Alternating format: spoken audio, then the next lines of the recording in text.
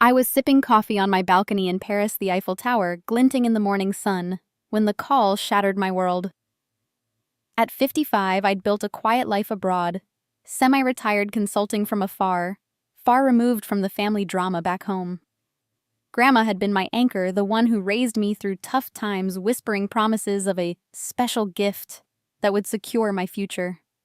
When she passed, I mourned from across the ocean, assuming her condo, the one she'd willed to me, would be my peaceful legacy. But days later, my parents rang their voices laced with false cheer. "Everything's taken care of, dear. No need to worry." Something felt off. I logged into the county records portal, my heart pounding. There it was, the title in my name transferred by Grandma, just before she died. Sold. To my sister. Forged signatures, rushed notarizations, it screamed betrayal. Then the police notice arrived at my door, even here in France. Fraud investigation.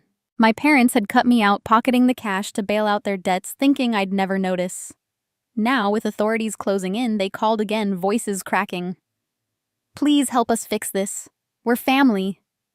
They begged, humiliated, on their knees over the line. I felt the sting of years of exclusion, the raw wound of Grandma's trust violated. "See you in court," I said, my voice steel.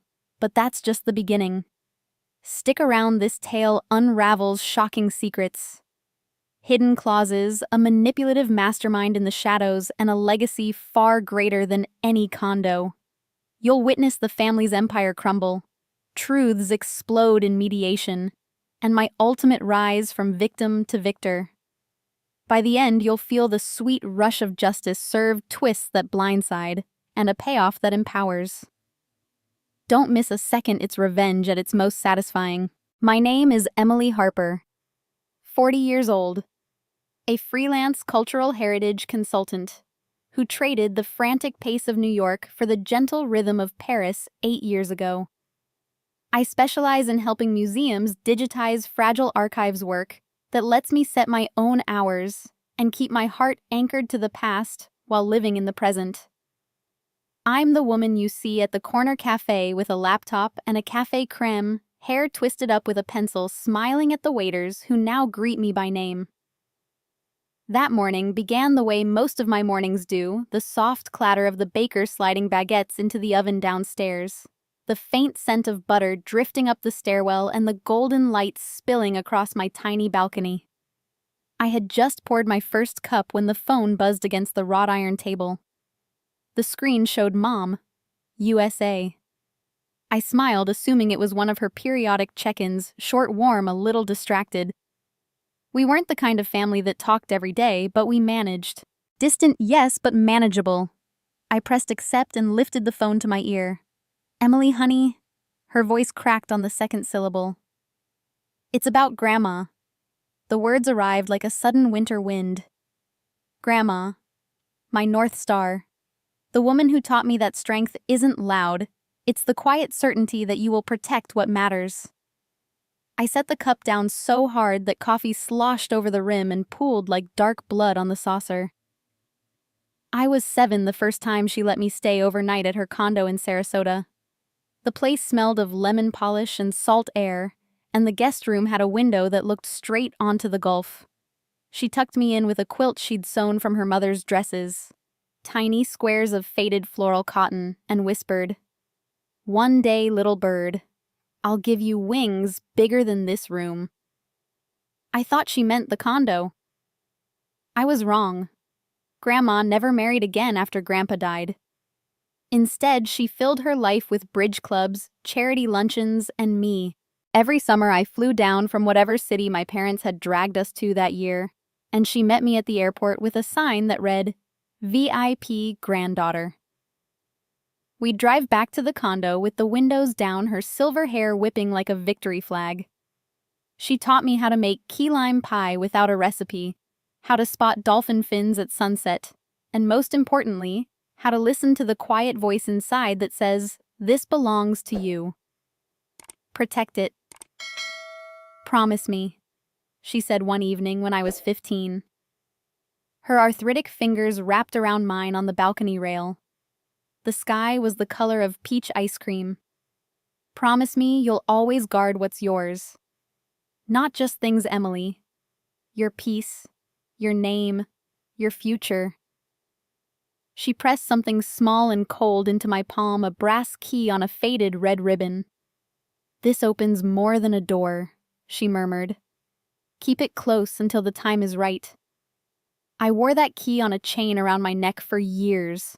Even now at 40, it rests against my collarbone, a talisman I touch when contracts get tricky or loneliness creeps in. Grandma called it my freedom key. I never asked what it unlocked. I trusted her the way you trust the tide to return. Back in Paris, Mom's voice pulled me from the memory. She passed peacefully in her sleep. The funeral's tomorrow. We didn't want to interrupt your project. A pause. Everything here is handled. Handled. The word lodged in my throat like a fishbone. Grandma had been meticulous. Years earlier, during one of our long-distance calls, she'd told me she'd updated her trust. The condo goes to you, Em. No arguments, no middlemen. I've made sure of it. I'd laughed, told her she'd outlive us all. She'd chuckled, that low, satisfied sound that meant business was settled. Yet no one had called until now. No tears, no details, no invitation to the service. Just handled. My parents had always treated me like the family satellite orbiting, useful for occasional advice, but never central. My sister Claire lived 10 minutes from them, married to a lawyer, mother of 2 perfect grandchildren. Claire got the Sunday dinners, I got the Christmas cards. It stung sometimes, but I'd made peace with the distance. Or so I thought. I booked the earliest flight I could find, but storms over the Atlantic delayed me 2 days. By the time I landed in Tampa, the funeral was over. The condo shutters closed, and my inbox held a single group email. Thank you for your thoughts. Grandma's affairs are concluded. No signature from Claire. No mention of the condo. Nothing. I told myself it was grief making them brusque. I told myself the condo would wait, brick and mortar don't vanish. I told myself a lot of things on the red-eye back to Paris, the brass key warm against my skin. 3 days later, settled again on my balcony with a fresh cup, I opened my laptop to check the county property records. Old habit from my archival work. I liked knowing the paper trail was clean. I typed in Grandma's address. The page loaded. Owner Emily Harper. Transfer date 6 months ago. A second entry followed, sale recorded 4 days after her death. Buyer Claire Harper Mason. Sale price suspiciously round, suspiciously low. My pulse hammered in my ears. I scrolled to the signatures. There, in black and white, was my name, looping familiar, forged. Someone had signed for me. Someone had cashed out my legacy while I mourned an ocean away. The phone rang again. Mom's name on the screen. I stared at it, the brass key suddenly heavy as guilt. I let it ring twice, 3 times, then pressed accept. Emily. She began, voice trembling with rehearsed calm. We need to talk about the condo. Just when I thought Grandma's gift would bring peace, I got the call. Emily. Harper here, still 40, still in Paris. Though the city's charm had curdled into something brittle, the instant Mom's voice said those 6 words, we need to talk about the condo. I sat on the edge of my velvet chaise, the phone pressed so hard against my ear I felt the pulse in my temple. The afternoon light slanted through the tall windows, striping the parquet floor in bars of gold, but the warmth couldn't reach me. I waited.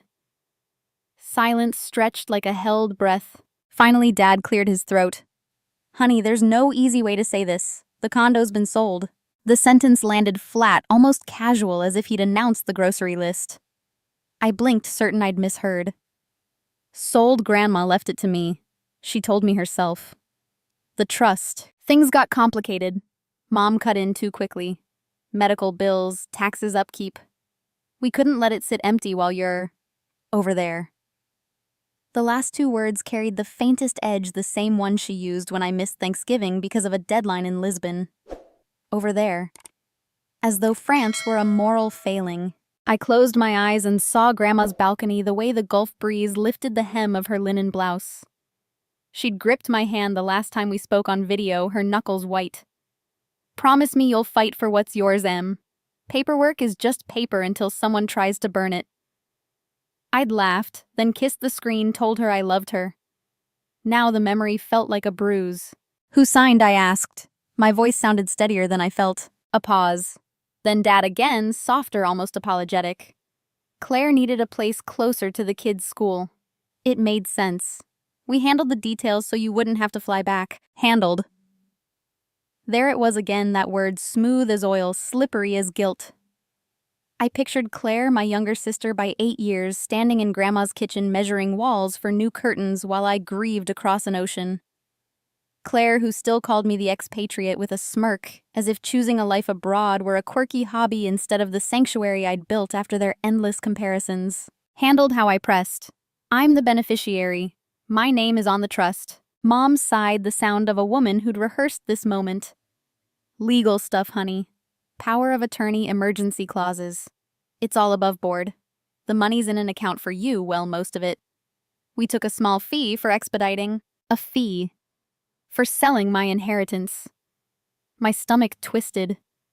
I thought of the brass key on its red ribbon, the one Grandma had pressed into my palm when I was 15.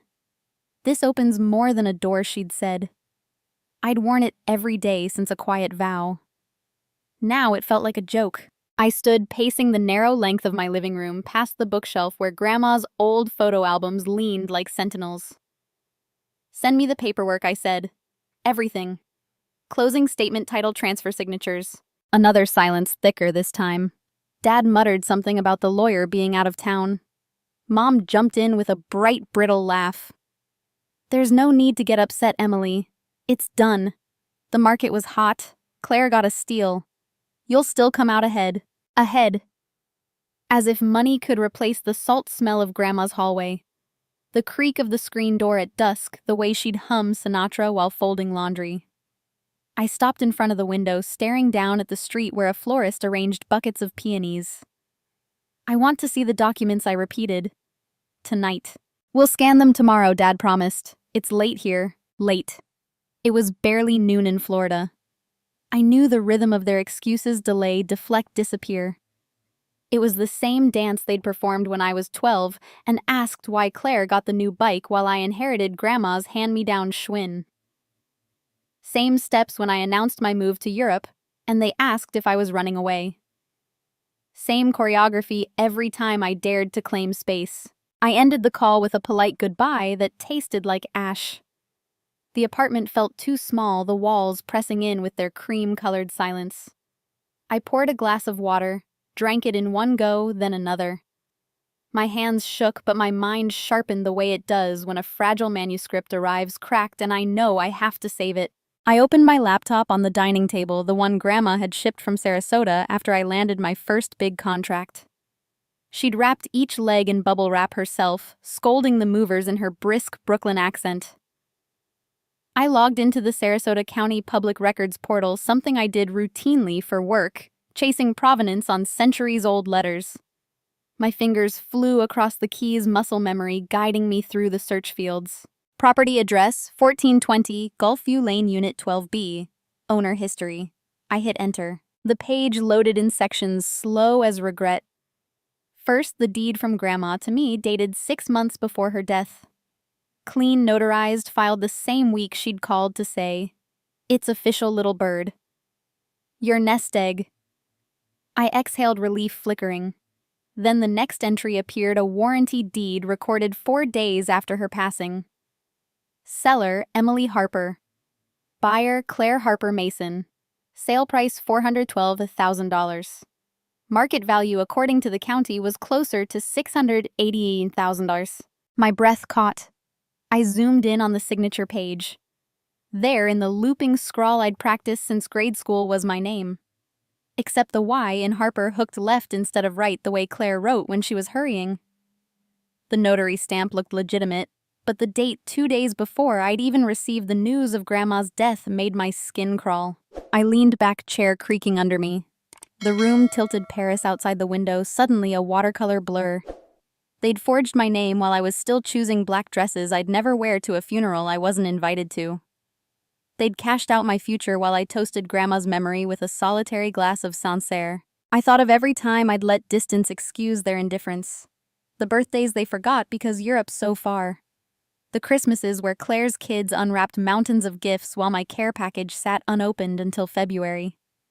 The way Mom always said Claire's so busy with the twins, as if my own life speaking 3 languages restoring history for a living were a hobby I'd outgrown. No more. I bookmarked the page, took screenshots, emailed them to myself with a subject line that simply read, "Evidence."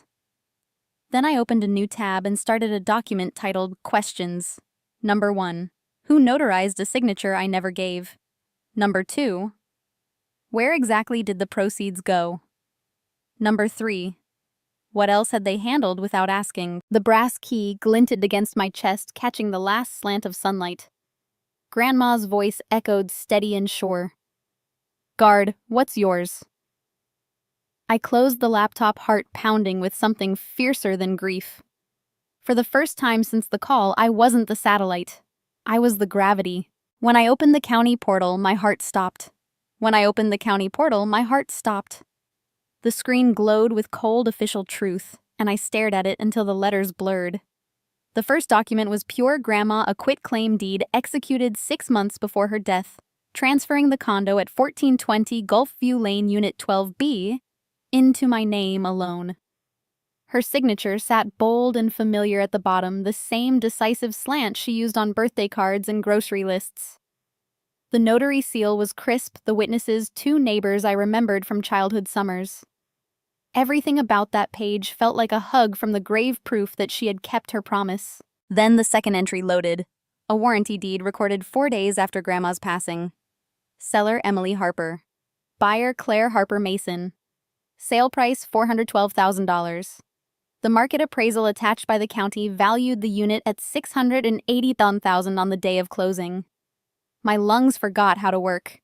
I clicked the attached images and the closing packet unfolded like a crime scene. Page after page of legalese escrow statements, tax prorations, all stamped approved in red. And there, on the signature line reserved for the seller, was my name in ink that looked almost but not quite like mine. I zoomed to 200%. The loop of the Y in Harper curled left instead of right the way Claire signed when she was in a hurry. The cross on the T sat too high, the pressure too light. I had spent years perfecting my own flourish, a tiny flourish Grandma teased me about, and this imposter had missed it completely. My stomach lurched. Someone had sat at a polished table, probably in the same title company Grandma used for decades, and pretended to be me while I was still choosing flowers for a memorial I never attended. I scrolled to the notary block. The jurat was dated 2 days before Mom's first phone call, before I even knew Grandma was gone. The notary's name was unfamiliar, the commission number printed in a font slightly off-center, as if the stamp had been pressed in haste. I opened a new tab and ran the notary's license through the Florida Department of State database. Valid, but the address listed was a strip mall mailbox service 20 miles from Sarasota. Red flag number 1. Red flag number 2, the acknowledgement stated that Emily Harper personally appeared and produced a driver's license. My passport had been in Paris the entire week. My Florida license expired 3 years ago when I let the state know I was a permanent expatriate. I printed every page the printer in the corner of my office, whirring like an angry bee. 37 sheets in all, each one a fresh cut. I spread them across the dining table, the same table Grandma had shipped to me, wrapped in her own quilts. The escrow check stub showed disbursement to an account ending in 5512, a number I didn't recognize. A line item labeled Seller Concession deducted $268,000, the exact difference between sale price and appraisal. Someone had pocketed the equity and called it a favor. I sat back, the brass key on its ribbons suddenly cold between my collarbones. Grandma's voice drifted through the room, soft but ironclad. Guard, what's yours? I had guarded manuscripts older than nations' letters written by queens and revolutionaries, but I had failed to guard the one thing she entrusted to me. The condo wasn't just walls and windows. It was the last place on earth where I was somebody's little girl. Claire now owned the balcony where Grandma taught me to read the clouds, the kitchen where we burned our first pie, the bedroom where she tucked me in with stories of her own childhood in Brooklyn. Claire, who had never once visited without complaining about the humidity. I thought of the voicemail I'd ignored from the property manager 2 weeks ago. Something about new owners requesting key codes. I'd assumed it was routine maintenance. I thought of the Christmas card Claire sent last year, a glossy photo of her family on that very balcony, the Gulf glittering behind them like a private swimming pool. I had smiled at the picture, proud of the view Grandma loved. Now the image felt like a taunt. My phone buzzed on this table, Claire's name flashing. I let it ring out. Another buzz, a text. Hope you're enjoying Paris, kids. Love the new pool. XOXO. Pool. The condo didn't have a private pool. The complex shared one. She meant the beach, or worse, she'd already installed something garish on Grandma's terrace. I pictured inflatable flamingos bobbing where potted hibiscus used to bloom, and nausea rolled through me. I stood pacing the length of the apartment, my bare feet silent on the herringbone floor. The betrayal wasn't just financial. It was surgical. They had erased me from the story while I was still writing it. My name on a deed I never signed, my inheritance funneled into accounts I couldn't access, my grief weaponized into permission. I opened the balcony door and stepped into the evening air, the city's hum, a distant lullaby. Somewhere below, a couple argued in rapid French. Somewhere across the ocean, my sister slept in my sheets. I went back inside and opened the scanned closing statement again.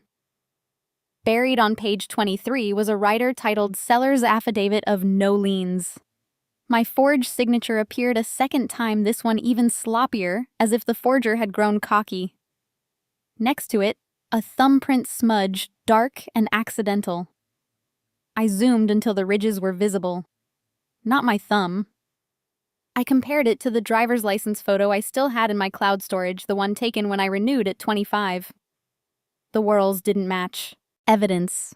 Real physical evidence. I saved the image, heart hammering so hard I felt it in my teeth. I created a new folder on my desktop labeled Grandma and dragged every file inside.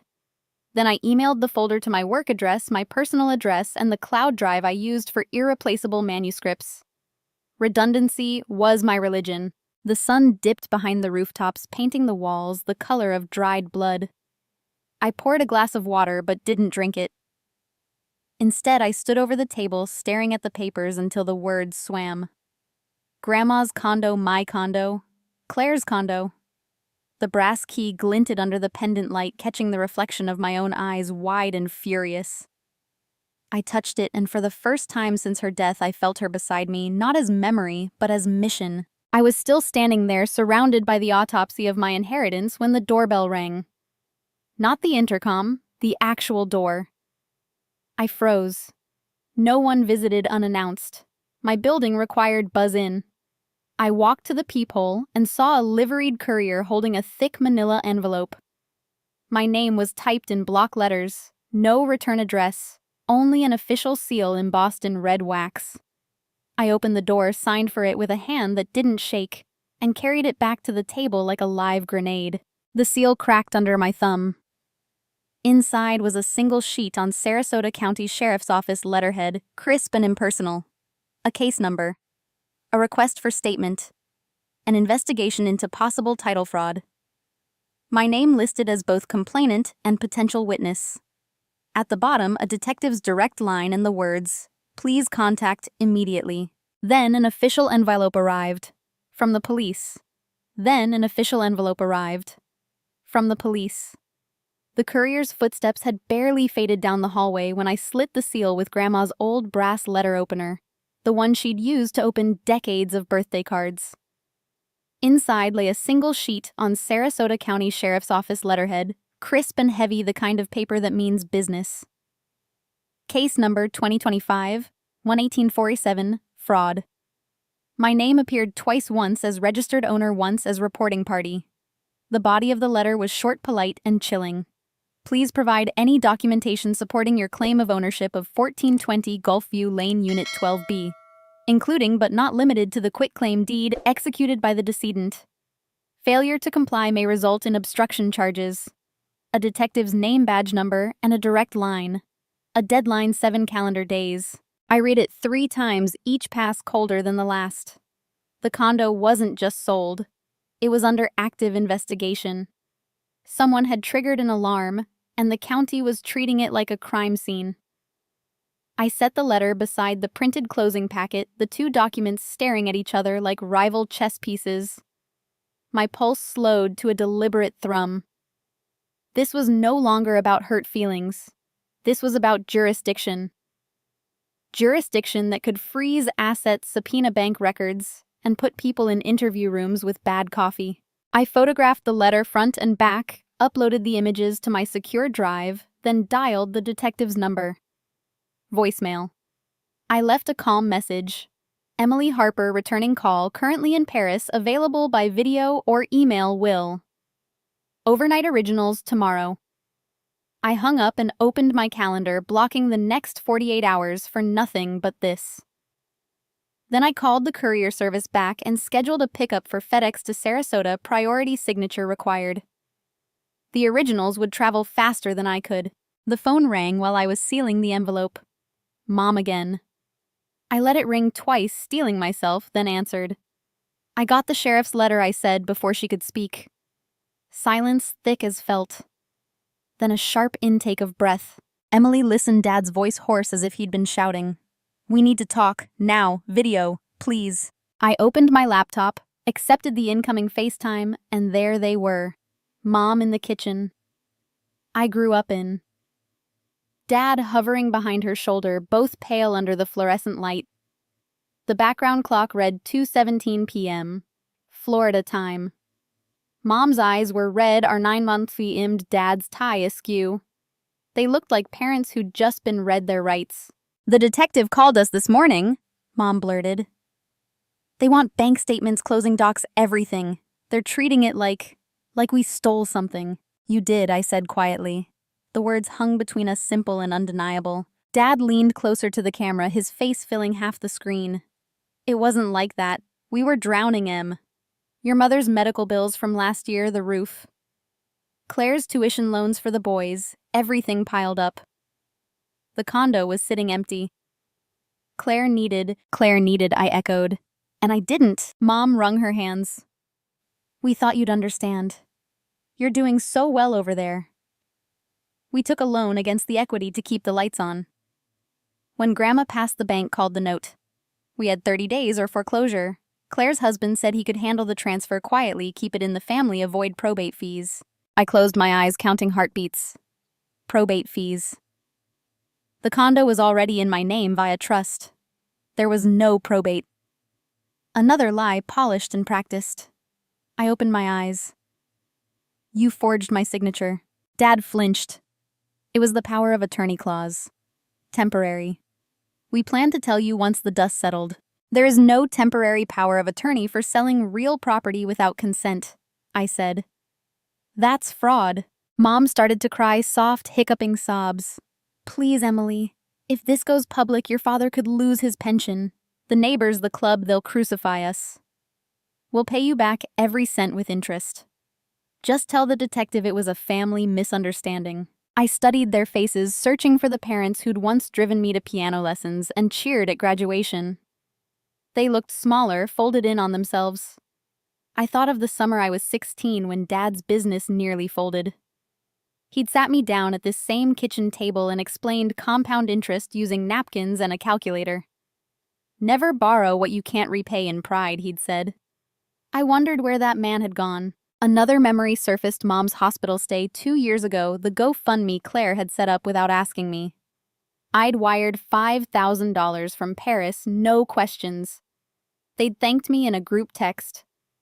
I thought of the Christmas when Claire's minivan needed brakes, and I'd sent a check because the kids can't be stranded. Each time I'd told myself it was love, not obligation. Now I saw the pattern. I was the emergency fund with a passport. I'm sending the originals to the detective tomorrow, I said. Certified mail. You'll get copies. Dad's voice cracked. Emily, please. We're begging you. One family meeting. Let us explain. We'll sign anything, repay anything. There's nothing to explain, I said. You chose Claire's convenience over my legal rights. You chose silence over respect. That's not a misunderstanding. That's a decision. Mom reached toward the camera as if she could touch me through the screen. You're our daughter. Blood doesn't forge signatures, I cut in. Blood doesn't sell inheritance without a conversation. Blood doesn't leave the other child to discover it on a public website. Dad slumped against the counter. For the first time, I noticed the stack of unopened mail behind him, the red-stamped final notice on top. I felt a flicker of pity, then smothered it. Pity wouldn't return Grandma's balcony view. I'll call you when I've spoken to the detective, I said. Do not contact Claire until then. Do not touch any accounts. If you do, I'll know. I ended the call. The apartment fell silent except for the hum of the refrigerator. I looked at the FedEx envelope already addressed in my neat archival hand. Inside the quitclaim deed, the forged warranty deed, the sheriff's letter, my passport scans, proving I was in France on the closing date. I added a sticky note with the detective's case number, then sealed it with tape that could withstand customs inspectors. I walked to the balcony needing air. Paris glittered below, indifferent and alive. I thought of Grandma's voice the last time we spoke, thin but fierce. They'll test you, little bird. Fly higher. I touched the brass key at my throat. Higher. Back inside, I opened a new document and titled it Family Ledger. I listed every transfer I could remember, the hospital wire, the minivan brakes, the tuition top-up. Then I added the condo's true market value minus the sale price. The total made my breath catch. I saved the file, encrypted it, and emailed it to myself with the subject line, Never Again. The courier would arrive at 9. Until then, I had a folder on the table thicker than any I'd ever curated for a museum. Every page a betrayal, every margin a question. My parents had opened this door. I would walk through it with evidence in hand. I held the folder they were too scared to touch. The weight of it pressed against my ribs like a second heartbeat, every page inside a silent accusation. I carried it to the small, roll-top desk Grandma had given me when I left for college, the one with the secret drawer she swore hid love letters from the 1940s. I slid the folder into that drawer, closed it, and turned the tiny brass key that still fit perfectly. Then I opened my laptop and did what I always do when the past feels too heavy. I looked for the paper trail. The detective had left an email address in the sheriff's letter, so I wrote a concise message attaching scans of the quitclaim deed and my passport stamps. I explained I was abroad but would courier originals within 24 hours. I asked for guidance on next steps and whether I needed local counsel. I hit send, then stared at the screen, willing a reply. Nothing. The silence felt deliberate, like the calm before a jury enters the box. I needed someone who understood Florida trusts the way I understood illuminated manuscripts. Someone who had known Grandma before arthritis curled her fingers and cataracts dimmed her eyes. I opened my contacts and scrolled to a name I hadn't dialed in 5 years. Margaret Whitcomb Escrow. Grandma's attorney since the Reagan administration, the woman who drafted the original revocable living trust when I was still in braces. Margaret had retired to part-time practice but kept an office in downtown Sarasota, a narrow brick building wedged between a cigar lounge and a vintage bookstore.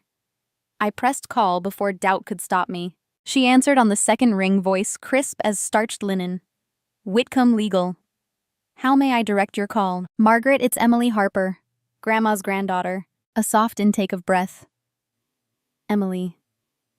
My dear, I heard about your grandmother. I'm so sorry. She was a force. She still is, I said, surprising myself with the present tense. I need your help. The condo, she left it to me, but my family sold it. The sheriff is investigating. The line went quiet long enough for me to hear the tick of her grandfather clock. Come to the office tomorrow, she said finally. Bring everything you have. I'll clear my morning. I booked the red-eye to Tampa, packed a carry-on with the folder, a change of clothes, and Grandma's brass key on its ribbon. 12 hours later, I was in the back of a rideshare, the Gulf humidity slapping me awake as we crossed the Skyway Bridge. Margaret's office smelled of lemon oil and old paper exactly as I remembered. She stood when I entered, smaller than memory, but still ramrod straight silver hair in a neat chignon. She hugged me without asking the way Grandma used to. We sat at a round table covered in green leather. I laid out the documents like tarot cards, quitclaim deed, forged warranty deed. Sheriff's letter, my passport. Margaret adjusted her glasses and began to read, lips moving slightly the way scholars do when they're translating Latin. 10 minutes in, she stopped at the trust amendment page and tapped it twice. Here, she said. 6 months before your grandmother passed, she came to me alone. No family, no driver, just her and that walker she hated. She wanted an addition to the revocable living trust. A restrictive covenant ironclad. Margaret slid a single sheet across the table. Paragraph 14. B. The beneficiary. Emily Harper shall have sole and absolute discretion regarding any sale, transfer, or encumbrance of the real property at 1420 Gulfview Lane, Unit 12B. No conveyance shall be valid without her written consent executed in the presence of 2 witnesses and a Florida licensed notary public. Any attempt to circumvent this provision shall render the transaction voidable at the beneficiary's election. I read it twice, the words settling like stones in still water. Voidable, I whispered. Exactly, Margaret said. Your grandmother knew her family. She told me Emily's the only one who listens to the ocean the way I do. She didn't want the condo flipped for quick cash or subdivided for grandkids' college funds. She wanted it preserved until you decided its fate. Margaret leaned forward. The sale to your sister is legally unenforceable without your consent. You can petition the court to rescind it, restore title, and seek damages for fraud. I traced the paragraph with my finger. Grandma had signed it in her careful, slanted script, the same hand that wrote me postcards from every port she visited after Grandpa died. The notary was Margaret herself, the witnesses 2 paralegals I recognized from holiday parties. The amendment was filed with the county the same week Grandma video called to say, "It's official, little bird. Your nest egg is safe. Safe." The word wrapped around me like a quilt. My parents' panic. Claire's smug text, the forged signature, they were all noise against this single quiet sentence. Grandma had built a firewall around my future, and they'd tried to burn it down with a ballpoint pen. Margaret poured tea from a thermos chamomile, the scent taking me straight back to Grandma's sun porch. There's more, she said, sliding a sealed envelope across the table. Heavy cream stock, my name in Grandma's handwriting, the envelope sealed with the same red wax she used for Christmas seals. She left instructions. Open only if the condo is contested. I was to deliver it personally. I turned the envelope over. The wax bore the imprint of her signet ring, a tiny dolphin leaping through waves. My throat tightened. Margaret stood. Take your time. I'll be in the law library if you need me. I waited until the door clicked shut, then broke the seal. The letter unfolded in my hands, 3 pages in Grandma's spidery script dated the same day as the amendment. My dearest Emily, if you're reading this, someone has tried to take what I gave you. Don't be angry too long. Anger clouds the view. Be strategic. The claws is your sword, but your heart is your shield. Remember the summer you were 10 and found that sand dollar broken in half? You glued it back together and said, "It's still whole if we believe it is. Believe you are whole, little bird." The condo is yours to keep or release, but never to lose. There is a second gift hidden where only you would look. Use it when the time is right. And know that every sunrise over the Gulf is me waving hello. All my love, Grandma. I pressed the letter to my chest, tears slipping hot down my cheeks. The room smelled of chamomile and old books, and for the first time since the portal page loaded, I felt Grandma standing beside me, her hand on my shoulder, steady as the tide. The sale wasn't just voidable. It was a paper tiger. I had the power to tear it apart and rebuild on my terms. I folded the letter carefully, slid it back into the envelope, and tucked it into the secret drawer of my heart. Margaret returned with a fresh legal pad. Ready to draft the petition, she asked. I nodded, the brass key warm against my skin. Grandma had armed me with more than property. She'd armed me with choice. The condo would return to my name, and whatever came next would be my decision, not theirs. And then I opened Grandma's sealed letter, addressed only to me. And then I opened Grandma's sealed letter, addressed only to me. The envelope had rested in Margaret's safe for months, waiting for this exact fracture in the family. I carried it to the small alcove that served as Margaret's reading nook, a velvet wingback chair angled toward a window overlooking the bay. Sunlight filtered through Spanish moss, painting the pages in shifting gold as I unfolded them. The paper was heavy, the kind she reserved for thank you notes after bridge club, and the ink had feathered slightly where her pen paused, as if each word cost her breath. My dearest Emily, if Margaret has given you this, then the wolves have come to the door. I am not surprised. Blood is thick, but greed is thicker, and some hearts mistake inheritance for invitation.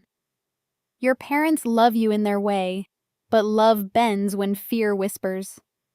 Claire has always reached for what sparkled nearest. I saw it in her eyes the day she asked for my pearl earrings just to borrow. I gave her costume pearls instead. She never noticed. The condo is yours, little bird, but it is only the shell. Inside it, hidden where only you would look, is a second gift. Not money, though there is enough to matter.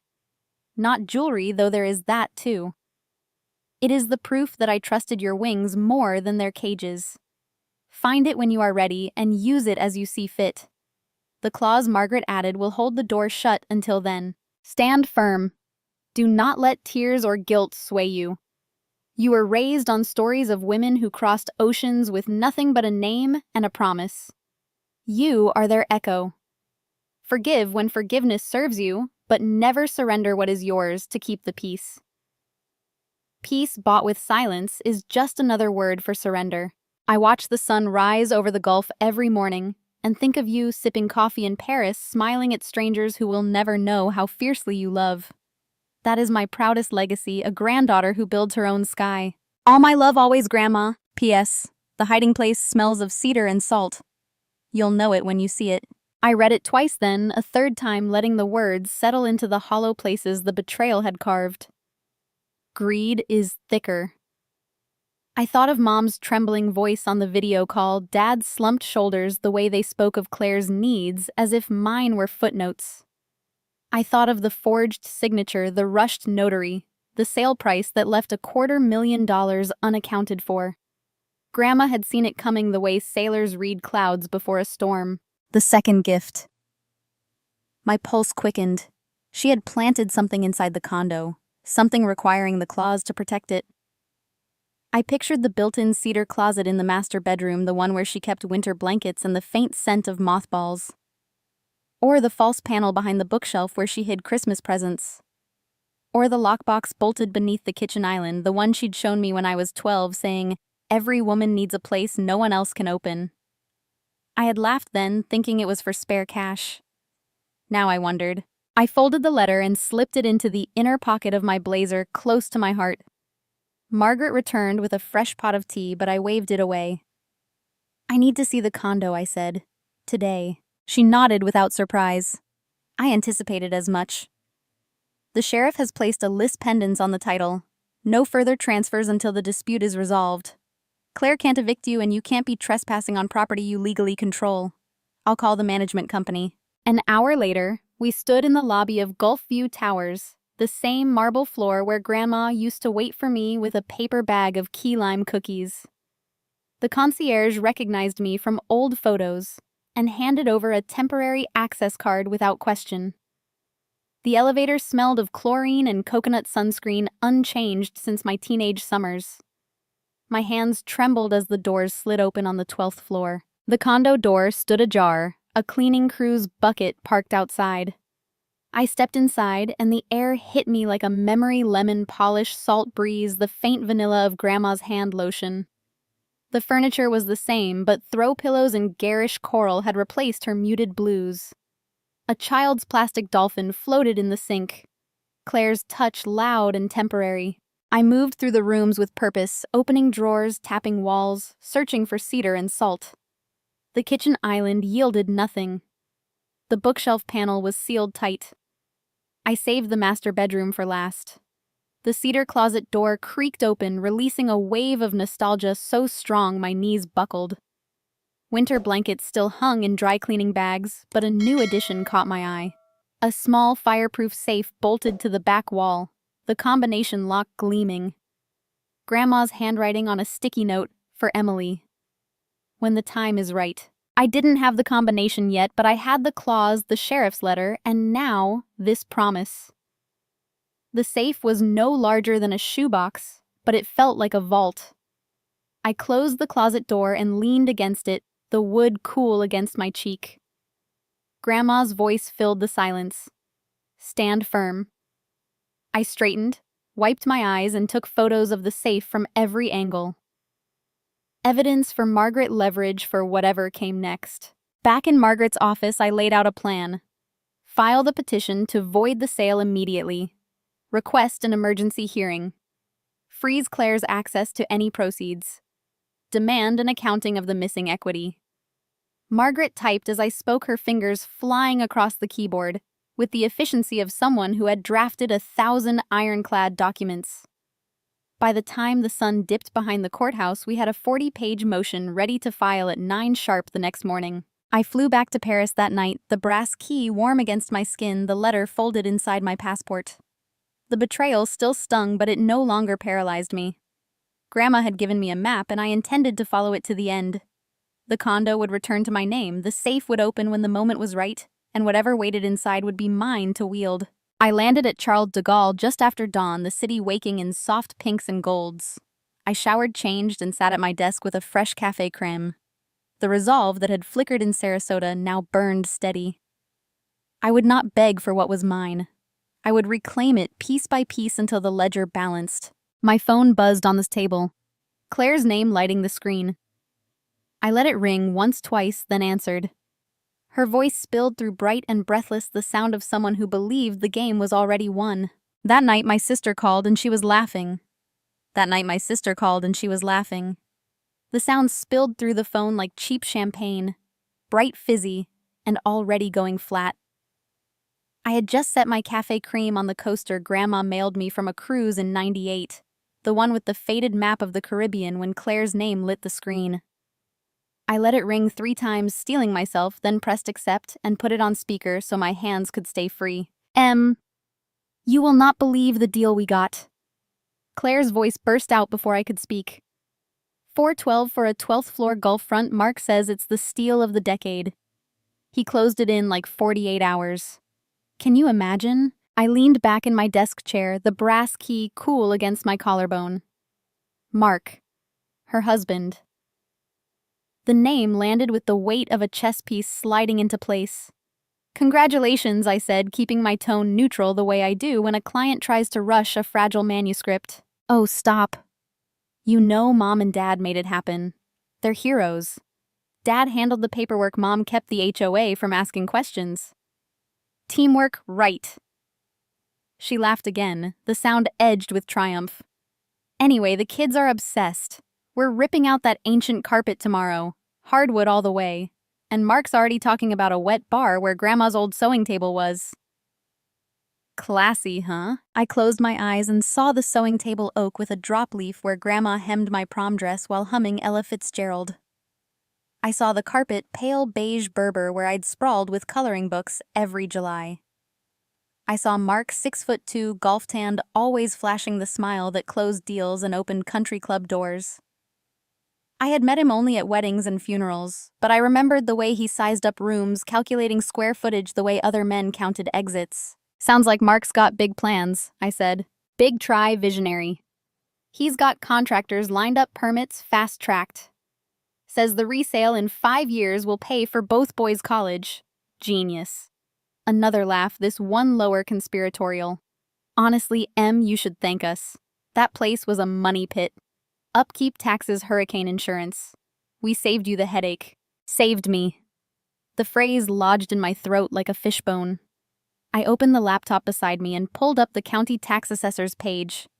The condo's annual taxes were $4,200 less than my Paris rent. Hurricane insurance ran $1,800 bundled with Grandma's meticulous wind mitigation report. Hardly a money pit. I said nothing, letting Claire fill the silence the way she always had. Mark's meeting the designer tomorrow, she continued, words tumbling. He found this marble remnant Carrara super high-end for the kitchen island. And the balcony rail, he's swapping the old aluminum for glass. Panoramic baby. Instagram gold. She paused for breath. You should see his face when he talks about it. Like a kid on Christmas. There it was again, Mark. Mark's vision. Mark's marble. Mark's permits. I counted the mentions 6 in under 2 minutes. Claire had always been the mouthpiece, but this was different. She wasn't describing a family home. She was reciting a pitch deck. I thought of the safe in the cedar closet, the one with my name on it. I thought of Margaret's petition already filed, the list pendants freezing every renovation fantasy. I thought of the sheriff's case number ticking like a bomb. Claire, I said, interrupting her monologue about pendant lights, did Mark handle the closing himself? A beat of silence. Well, yeah. He's in real estate law. Why pay a stranger when family can keep it tight? He notarized everything, filed it same day. Smooth as silk. Notarized. The word hit like a slap. Mark was the notary. Mark had watched someone forge my name and stamped it valid. Mark had calculated the discounted price and pocketed the difference. I opened the warranty deed on my second monitor, the notary block glowing. Mark R. Mason Escree. Commission number EE 338712. The address matched his firm's letterhead, the same one I'd seen on Claire's Christmas cards. Sounds efficient, I said. My voice stayed level, but my free hand curled into a fist. Tell Mark I said hi. Claire barreled on, oblivious. Oh, he'll love that. He's already talking about hosting Thanksgiving. You could fly and crash on the pullout. The guest room's getting bunk beds for the boys, but we'll make it work. Family, right? Family. The word tasted like rust. I pictured her in Grandma's kitchen measuring for that wet bar, Mark sketching floor plans on the back of an envelope, both of them certain the condo was theirs to gut and flip. I pictured the safe untouched waiting. I pictured Margaret's clerk stamping the petition at 9:03 a.m. The courthouse clock chiming like a starting bell. Claire, I said, have you started packing Grandma's things? Another laugh sharper. Packed we donated most of it. Salvation Army. Mark said minimalism sells. Keeps the staging clean. Donated. My throat closed. The quilt squares, the cruise souvenirs, the photo albums with my baby pictures. Gone. I swallowed hard. You kept the cedar closet locked, though. Right. A pause. Cedar closet.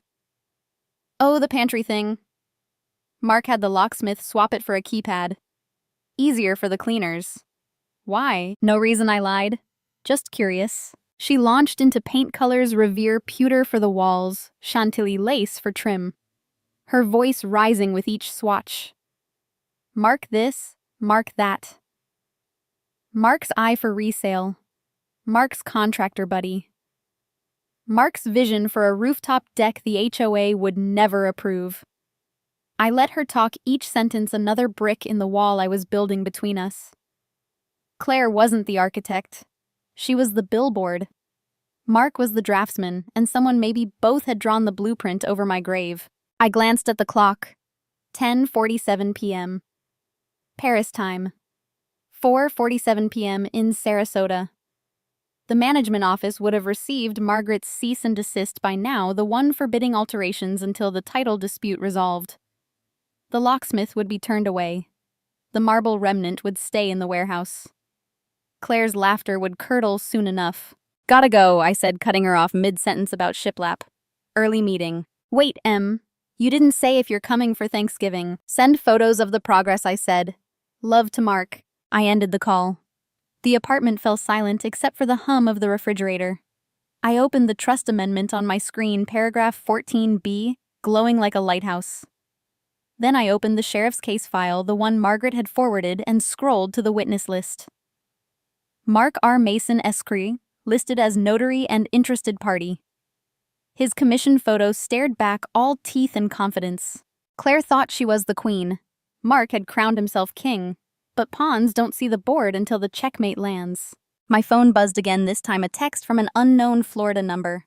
Ms. Harper Detective Ruiz, SCSO. Need to discuss your statement. Urgent. I smiled, small and sharp.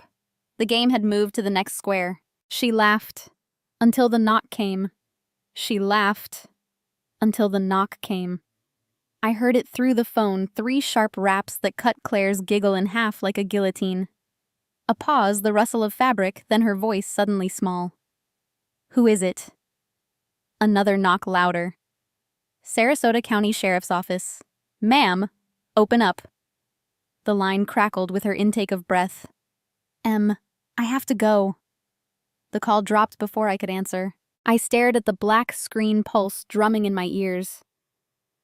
Paris was midnight dark, the city asleep beyond my windows, but Sarasota was still afternoon, bright and merciless. I pictured Claire in Grandma's living room. Coral pillows scattered the plastic dolphin bobbing in the sink, and 2 deputies filling the doorway with badges and questions. I set the phone down, hands steady now, and opened my laptop to the live feed from the building's lobby camera. Margaret had arranged access through the HOA attorney. The grainy image showed a patrol car parked crooked at the curb, lights off but engine idling. 2 uniforms, 1 female, 1 male climbing the exterior stairs. Claire's door opened on the 12th floor feed. She stood in yoga pants and an oversized college sweatshirt, hair in a messy knot face drained of color. The female deputy spoke, first voice inaudible but posture official. Claire's arms folded tight across her chest. She shook her head, then nodded, then stepped back to let them inside. The door closed. The feed went static with waiting. I refreshed the page every 30 seconds the way I used to refresh flight trackers when Grandma's cruises ran late. 10 minutes. 15.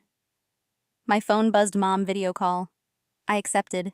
Mom's face filled the screen, eyes swollen, kitchen light harsh behind her.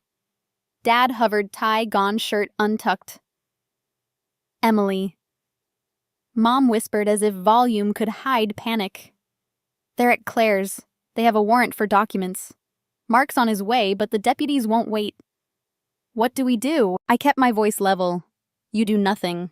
You let the process run. Dad leaned in, breath fogging the lens. They're asking about the closing file. Claire's freaking out. She says the lawyer told her everything was legal. A close lawyer, family friend. We didn't know. A close lawyer. Mark. The pieces clicked like tumblers in a lock.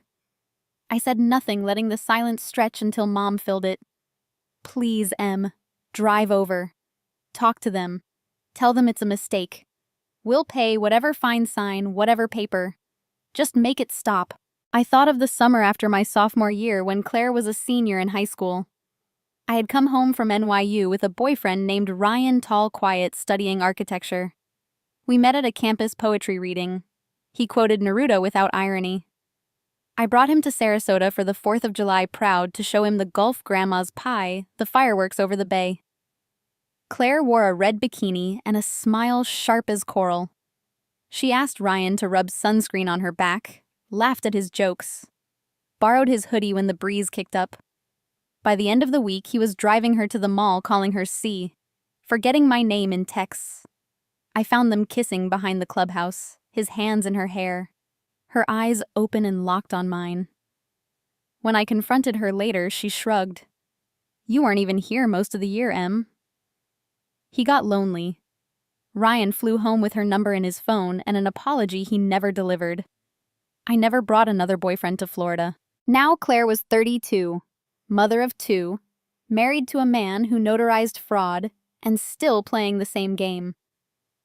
Only this time, the prize was brick and mortar and $250,000.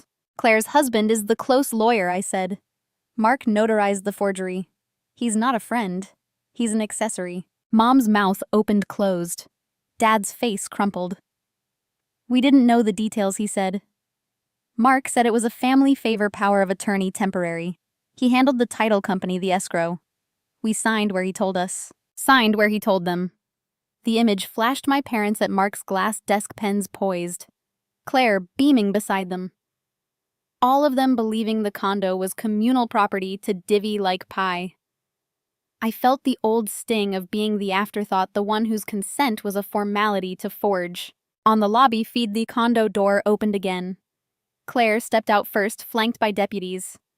She clutched a manila folder the same shade as the one I'd sent the detective. Her shoulders shook. Mark's SUV screeched into the frame tires, squealing. He leapt out, suit jacket flapping, shouting something the microphone didn't catch. The male deputy raised a hand, calm but firm. Mark's face twisted red and furious. Claire turned to him, mouth moving fast, and he grabbed her elbow hard. The female deputy stepped between them. Mark released her palms up, lawyer smile sliding into place. My phone buzzed again. Claire voice only this time. I answered. Background noise, sirens, a child crying. They took the closing file. They're saying fraud felony. Mark says it's a misunderstanding, but they want his bar records. Please come home. Fix this. There's no fixing, I said. There's only truth. She sobbed, the sound raw. Mom and Dad are a mess. They keep saying you have to drop it. For family. Family. The word had lost all flavor. I watched the feed deputies escorting Claire and Mark to separate cars. Mark's hands cuffed behind him, Claire's free but trembling. The patrol cars pulled away, lights flashing silent in the webcam. Mom's voice crackled through the earlier call, still open on mute. Emily, please. I unmuted. I'm not dropping anything. The petition is filed. The safe in the cedar closet is evidence. Tell Claire to lawyer up someone who isn't her husband. Dad's voice broke. We didn't mean— You meant enough, I said, and ended the call. The apartment was quiet again, the city's heartbeat steady beyond the glass. I opened the trust amendment paragraph 14B, glowing like a promise kept. I thought of Ryan's hoodie on Claire's shoulders, Mark's hand on her elbow, the forged loop of my why. Patterns, not accidents. Claire had always taken what shone brightest. Mark had taught her how to keep it. My phone buzzed one last time, the building intercom. I crossed to the panel, pressed the button. The night concierge's voice apologetic. Ms. Harper, there's a delivery. Urgent. From Sarasota. I buzzed him up. He handed over a padded envelope, no return address, only my name in Margaret's neat script. Inside, a single key, brass identical to the one at my throat, and a note. Found in the safe. Combination was your birthday. More inside when you're ready. M. I held the second key, its twin, and felt the past and future click together. Claire's laughter had echoed across an ocean. Now the echo was mine. I whispered through the crack.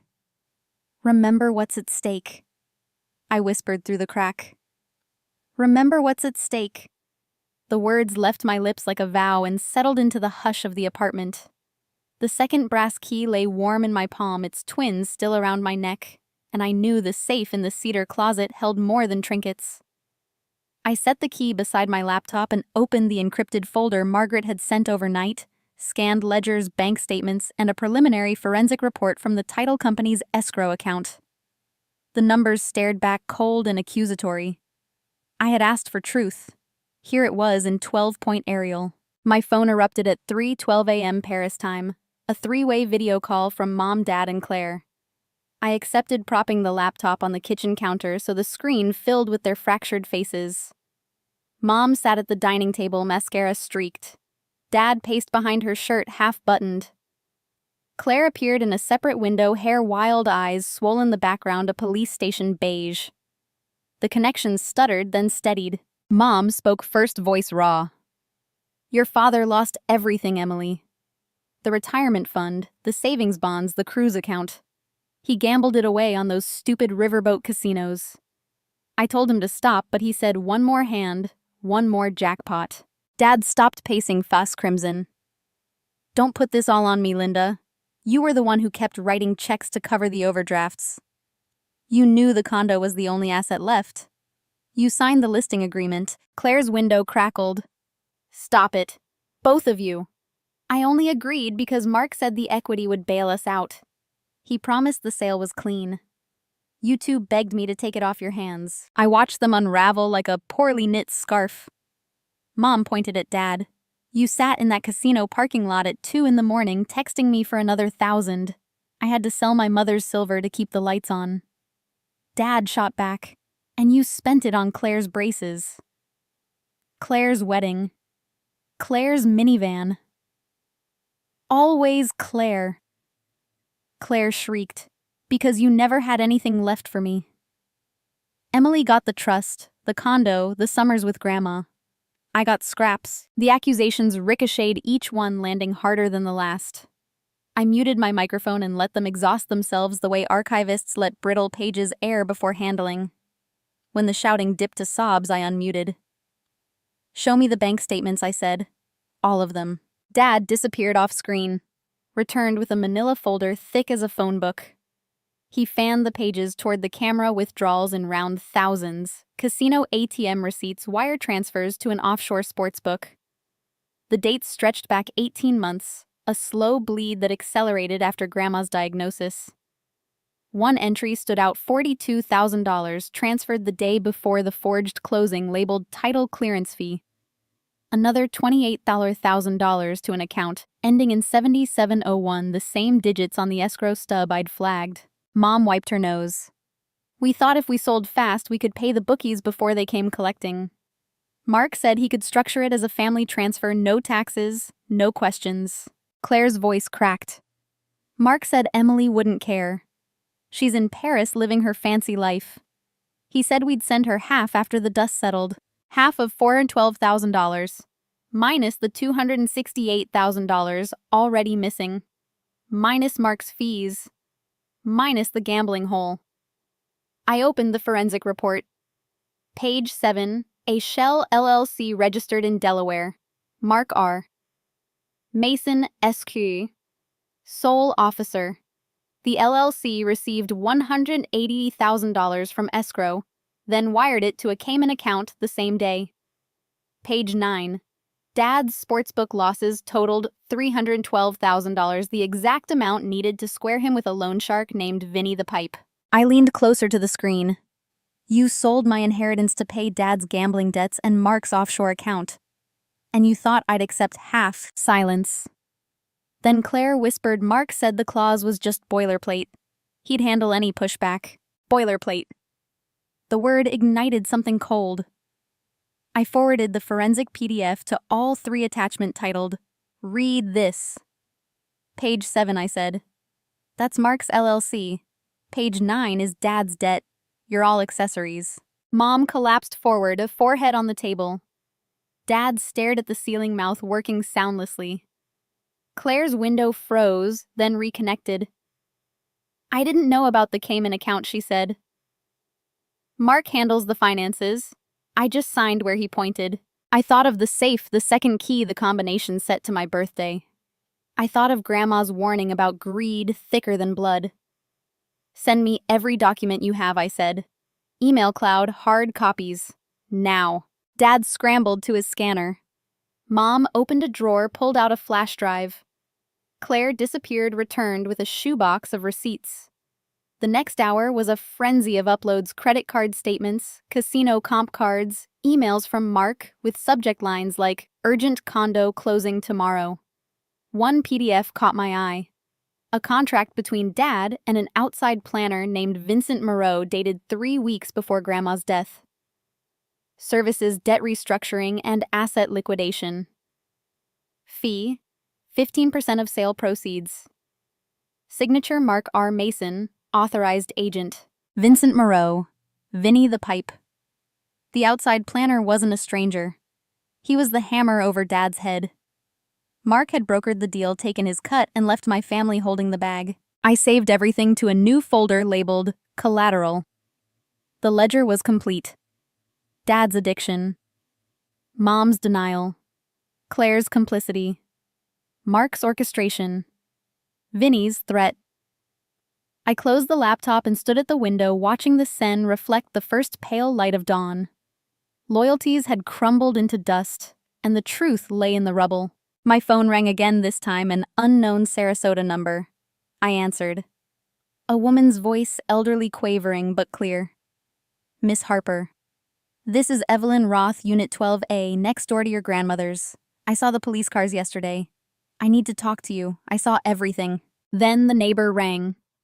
I saw everything. Then the neighbor rang. I saw everything.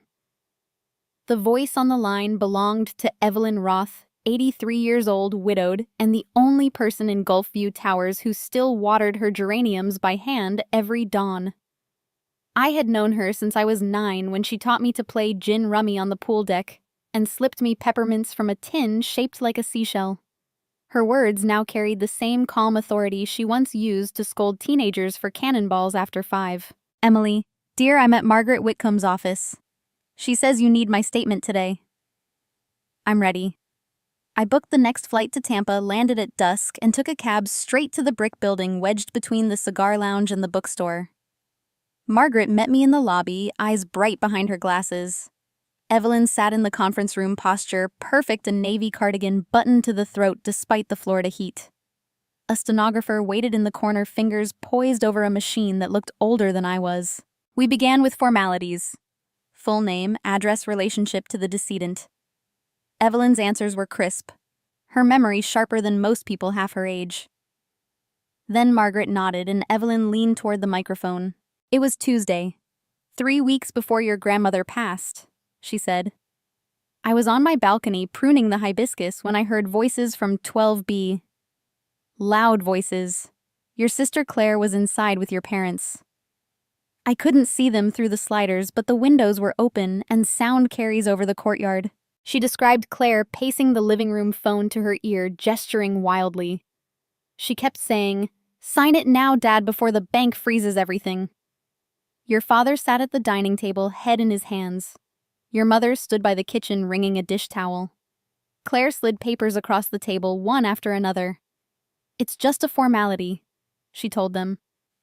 Mark will file it tomorrow. Emily won't even notice until we send her the check. Evelyn paused, sipped water from a paper cup. Your father asked, what if she fights it? Claire laughed, same laugh she had at 16 when she took your bike without asking. She's in Paris, Dad. By the time she figures it out, the money will be in trusts for the boys. Then she opened her purse, pulled out a pen, and placed it in your father's hand. He signed. Your mother signed next. Claire gathered the pages, tapped them into a neat stack, and said, Perfect. Mark will handle the rest. Margaret interjected gently. Did you see the documents themselves? Evelyn nodded. From my angle, I saw the top sheet. Warranty deed. Buyer Claire Harper Mason. Seller Emily Harper. The signature line for Emily was blank. Claire noticed me watching, waved like nothing was wrong, and closed the sliders. But I'd already seen enough. I felt the room tilt. Evelyn continued. 2 days later, a man in a suit came to 12B. Tall, tanned golf shirt. I recognized him from Claire's Christmas cards, Mark. He carried a folder and a notary stamp. Stayed 20 minutes. When he left, Claire hugged him on the threshold. I heard her say, Tell Vinny we're square. Vinny. The loan shark from the forensic report. I exchanged a look with Margaret. Evelyn wasn't finished.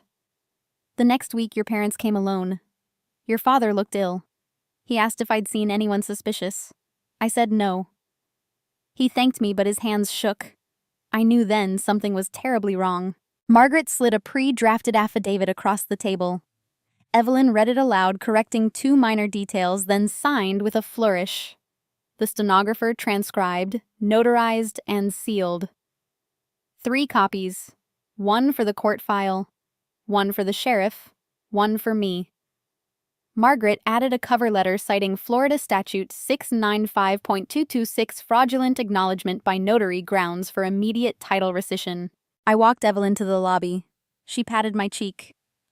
Your grandmother trusted you with her stories. Now you tell hers.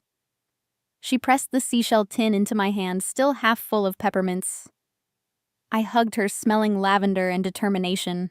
Back in Margaret's office, we mapped the impact. Evelyn's testimony established coercion, premeditation, and third-party involvement. Combined with the trust amendment's restrictive covenant, the sale was not merely voidable. It was void, ab initio, never legally effective.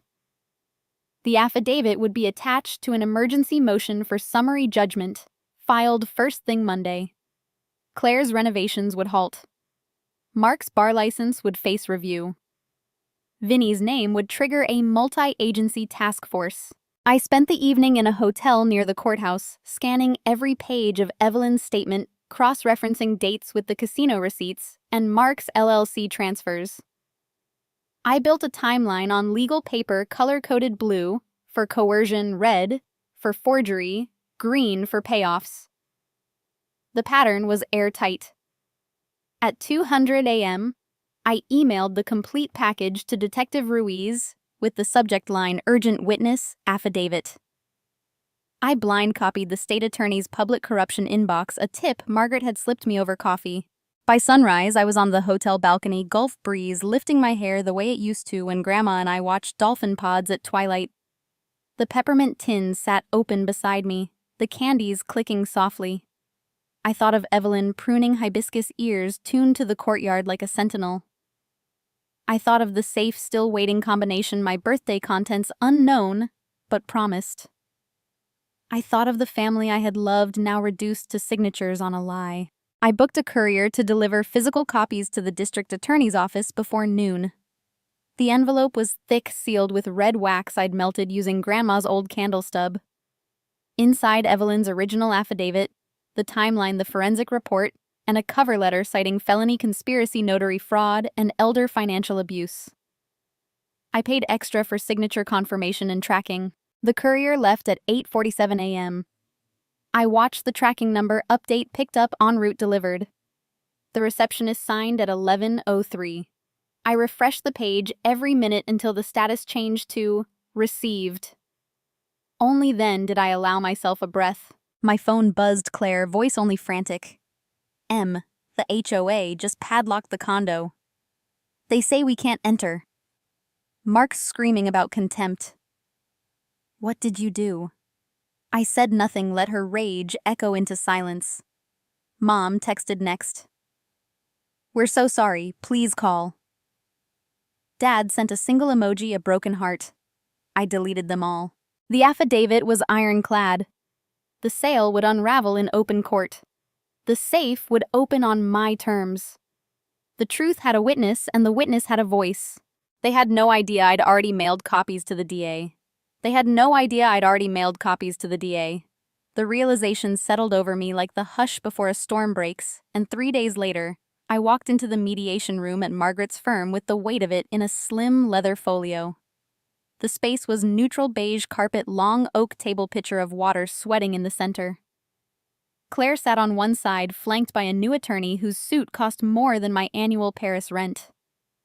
Mom and Dad occupied the opposite chairs, shoulders touching for the first time in weeks, both looking as if sleep had become a foreign country. Margaret took the head. I took the foot directly across from Claire. The court reporter's fingers hovered above her machine. A digital recorder blinked red. I opened the folio and slid a single sheet across the polished wood. This is the choice, I said. Sign the stipulated rescission, return the condo to my name, pay restitution for the missing equity, and cooperate fully with the state attorney. Or we proceed to trial next month. The DA has the file. Felony charges are already drafted. I let the words land, then added the affidavits one by one like cards in a winning hand. Evelyn's sworn statement, the forensic accounting, the trust amendment, the Cayman wire trail. Each page made a soft slap against the table. Claire's attorney cleared his throat. My client maintains the transaction was a good faith family arrangement. Stop!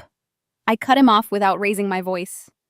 Your client watched my father sign under duress while my mother cried in the kitchen.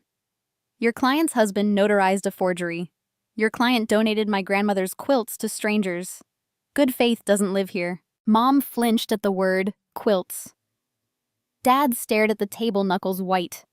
Claire's eyes darted to the exit, then back to me, calculating. I leaned forward. I'm going to speak now, and you're going to listen. All of you. I started with the summers, the smell of key lime zest on Grandma's fingers, the way she taught me to fold fitted sheets into perfect squares. I told them about the brass key she pressed into my palm at 15, the promise that it opened more than a door. I described the cedar safe the combination set to my birthday, the second key that arrived by courier while they were busy measuring for marble. I told them how I stood in the empty condo after the locksmith left, running my hand over the panel that still smelled of salt and cedar, and felt her standing beside me, fierce and unafraid. "I was in Paris when she died," I said, voice steady. "I never got to hold her hand. You took that from me too. You took the last place where her laugh still echoed, where her quilt still carried her scent, where the balcony rail still held the warmth of her arms around my shoulders. You took it because Dad's losses were a secret, because Mom's silence was easier than confrontation, because Claire wanted a bigger stage, and Mark wanted a bigger bank account. You took it, and you thought distance would keep me quiet." Dad made a sound, half sob, half groan. Mom reached for his hand, but he pulled away. Claire opened her mouth, closed, it opened it again. "We were going to send you money." "Money," I repeated. "You think money replaces the mornings I won't have with her coffee on that balcony? The evenings I won't have watching dolphins with her binoculars? You think a check erases the fact that strangers slept in her bed before I could say goodbye?" Silence pooled thick and suffocating. The court reporter's fingers stilled. Margaret watched, expression unreadable. I slid another document forward, the emergency motion for summary judgment already stamped, filed. "This goes to the judge tomorrow unless you sign. The DA goes to the grand jury the day after. Mark's bar complaint is public record. Vinny's name is in the affidavit. Choose." Claire's attorney whispered in her ear. She shook her head violently. Mom spoke first, voice cracking. "We didn't know about Vinny. Mark said it was just a loan, a bridge. He said he'd handle everything, keep it quiet. We were scared, Emily. The calls at night, the car that followed your father home. We thought the sale would make it stop." Dad's head snapped up. "You knew about the calls?" Mom's eyes filled. I answered one. "A man asked if I wanted my husband to keep both knees." I hung up and cried in the laundry room. Mark said the condo equity would square it. He said Emily wouldn't miss it. Claire's face crumpled. "He told me the same. Said you were too busy with your fancy life to care about a Florida condo. He set up the LLC, moved the money, told me it was legal structuring." I believed him. I looked at each of them, the family I had once known by heart. "You were played," I said softly. "All of you. By a man who used fear and greed like tools. But you still signed. You still chose." Dad stood abruptly, chair scraping. He walked to the window, shoulders shaking. When he turned back, his eyes were glassy. "There's something else," he whispered. "Something I never told anyone." The room held its breath. He sank into his chair, elbows on knees, face in hands. "Mark isn't the only one who talked to Vinny. I did. Before the sale. He came to the house. Said he knew about the condo, knew it was worth more. Said if I didn't move fast, he'd take it himself through foreclosure or worse. He gave me Mark's card. Said Mark was his guy for clean paperwork." Mom gasped. Claire went white. I felt the floor tilt. Dad lifted his head, tears tracking through the stubble. "I thought I was protecting us. I thought I was the only one who knew." Dad collapsed and confessed the name we never expected. Dad collapsed and confessed the name we never expected. The words tumbled out of him like coins from a broken slot machine, clinking across the mediation table and scattering every illusion we had left. "Mark," he rasped, wiping his face with a trembling hand. "Mark Mason. Claire's husband. He didn't just notarize the papers. He wrote them. He set the whole thing up from the first phone call to the last wire transfer. He told me it was the only way to keep Vinny off our backs, but it was really to cover his own hole." Claire's mouth opened, then closed, a fish gasping on dry land. Her attorney froze mid-note. Mom stared at Dad as if he'd spoken in tongues. I felt the room tilt, the beige walls leaning inward. Mark. The man who had shaken my hand at Claire's wedding with a grip too tight and a smile too wide. The man who had toasted Grandma's memory with champagne he paid for with her equity. Dad kept talking, voice cracking. "Mark came to me 6 months ago, said he'd heard about my losses through a mutual client. Offered to restructure everything. Said the condo was the perfect asset, liquid, unencumbered, and since Emily was overseas, we could move fast. He drafted the power of attorney addendum, told me to get Grandma to sign it during one of her lucid days. She refused. Said it was Emily's alone. So he waited until she was gone. Claire found her voice. That's not true. He told me the power of attorney was already in place. He said you signed it, Dad, after Grandma's stroke. Her eyes darted to Mom. You were there. You saw. Mom shook her head, tears spilling. I saw him wave a paper. I never read it. He said it was routine. Dad laughed a bitter bark. Routine. He had me sign a blank page, Claire.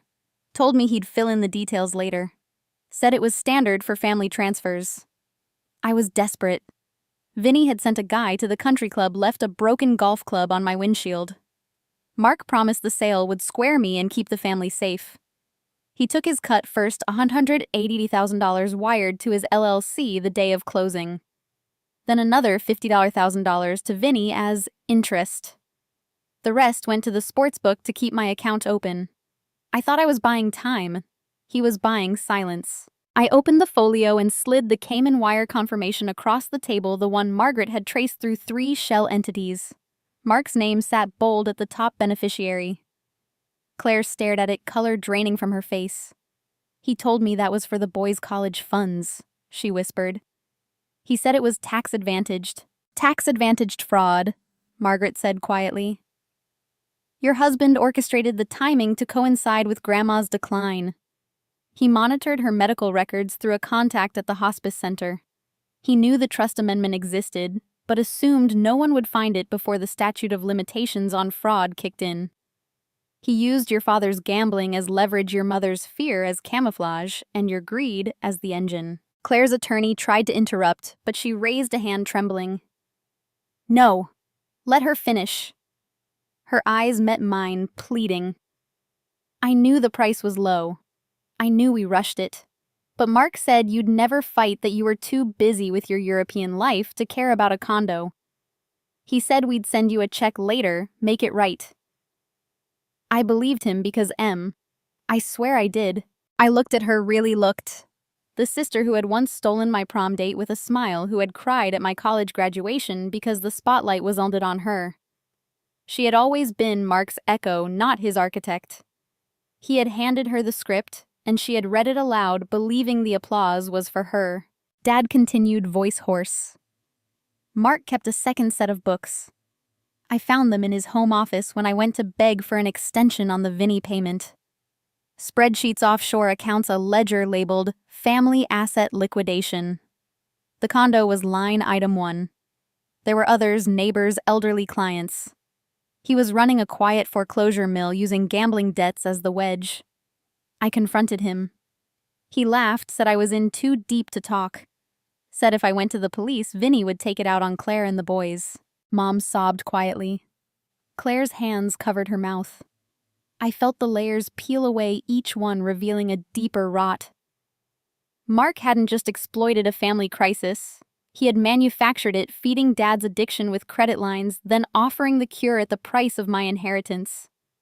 He had used Claire's envy as kindling, Mom's denial as oxygen, Dad's shame as the match. I opened another document, the bar complaint Margaret had filed that morning. Page 2 listed Mark's disciplinary history. 2 prior sanctions for creative trust interpretations, both settled quietly. Page 3 attached the hospice employee's statement, a nurse who had overheard Mark asking about Grandma's prognosis weeks before her final decline. I slid it across. He planned this before she died, I said. He just needed her gone.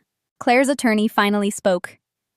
This is speculation, without direct evidence. Margaret cut in. We have direct evidence. The LLC wire, the blank signature power of attorney, the hospice log, the neighbor's timeline. And we have Mark's own handwriting on every page of the closing binder. He signed as notary, as escrow agent, as buyer's attorney. He signed every page. Claire stared at the complaint, then at me. What happens now? Now you choose, I said.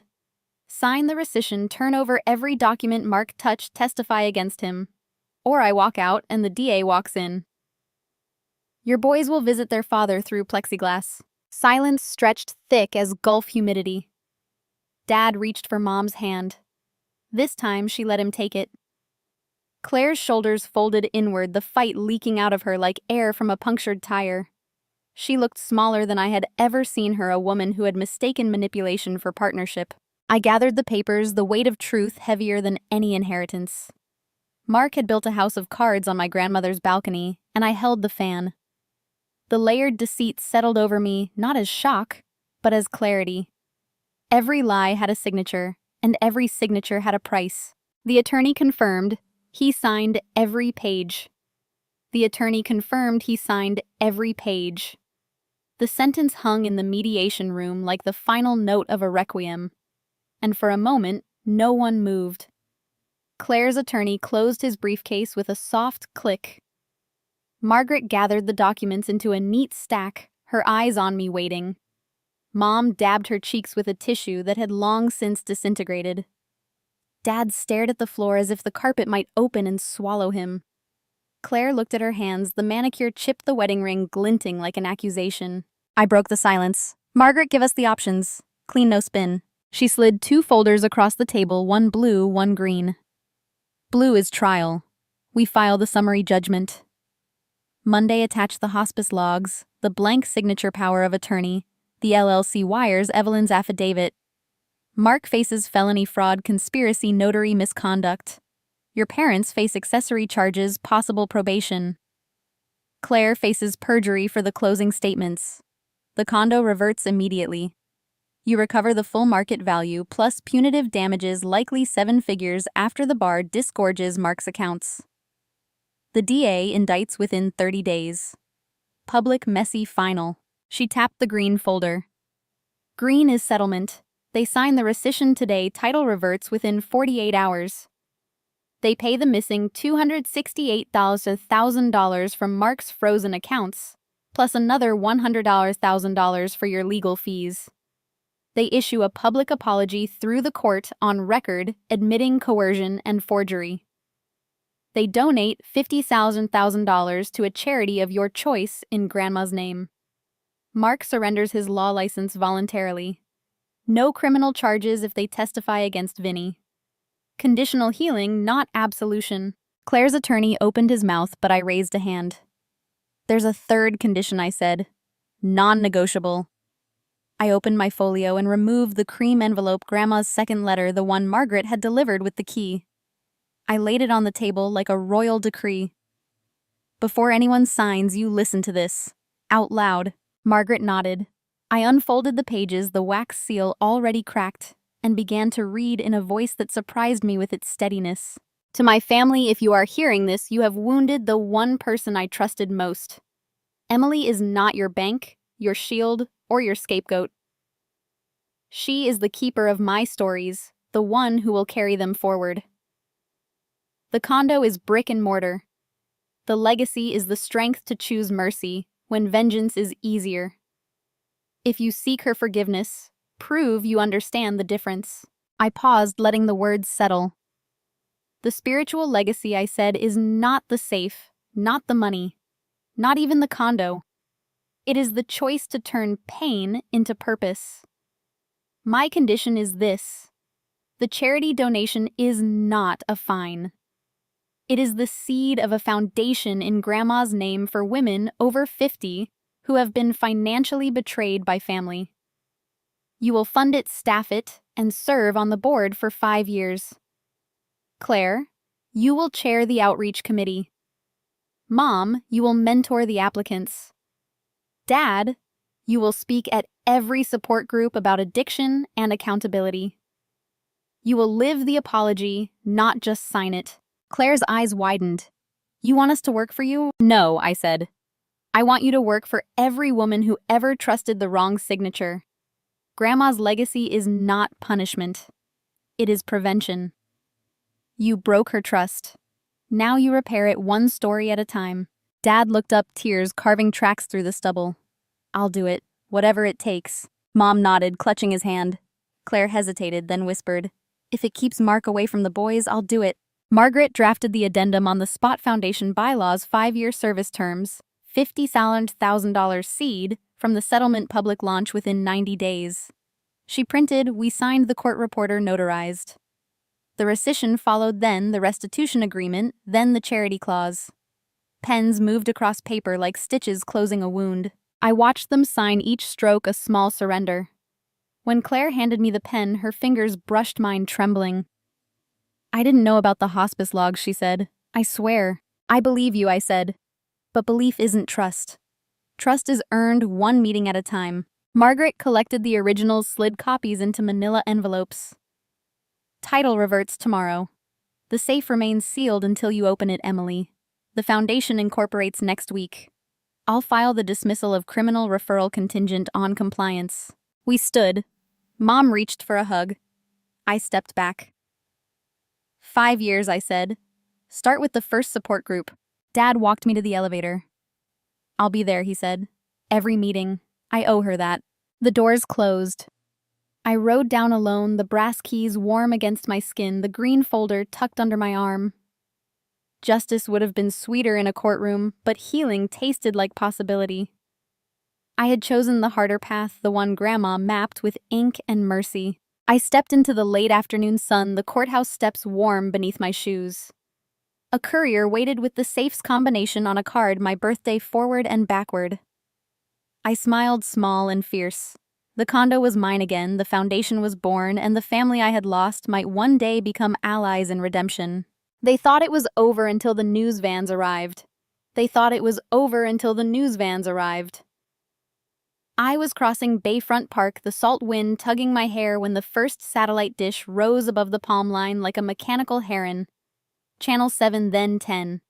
Then the Tampa affiliate, all clustered outside the courthouse steps where Margaret had scheduled the foundation announcement for 10 the next morning. A reporter I recognized from the local evening news spotted me, microphone already extended. "Ms. Harper, can you comment on the family fraud allegations?" Cameras swiveled. Phones lifted. The story had broken while I slept.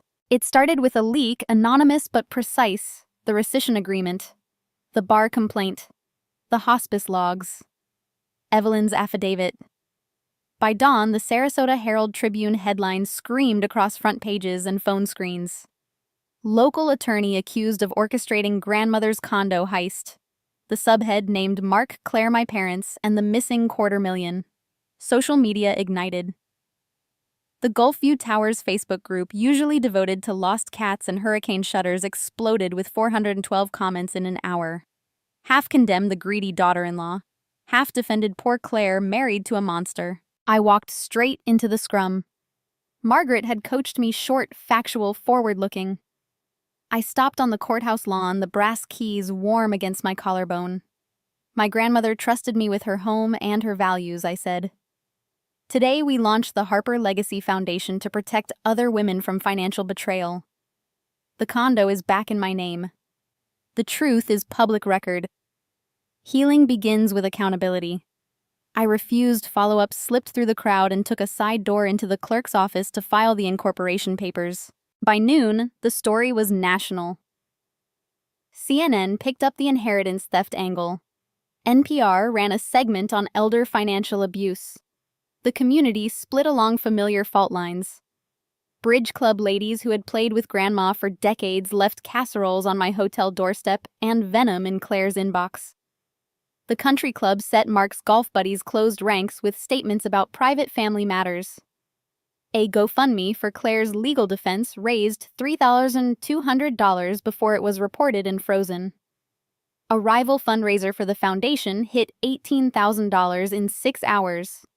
Strangers moved by the idea of turning betrayal into shelter. Claire tried spin. She posted a tearful Instagram live from her SUV, mascara streaking, claiming she was blindsided by a predatory spouse and committed to making amends. The comments were brutal screenshots of her earlier balcony selfies captioned "New pool goals," side by side with Grandma's quilt donation receipt. The video vanished within an hour, replaced by a private account.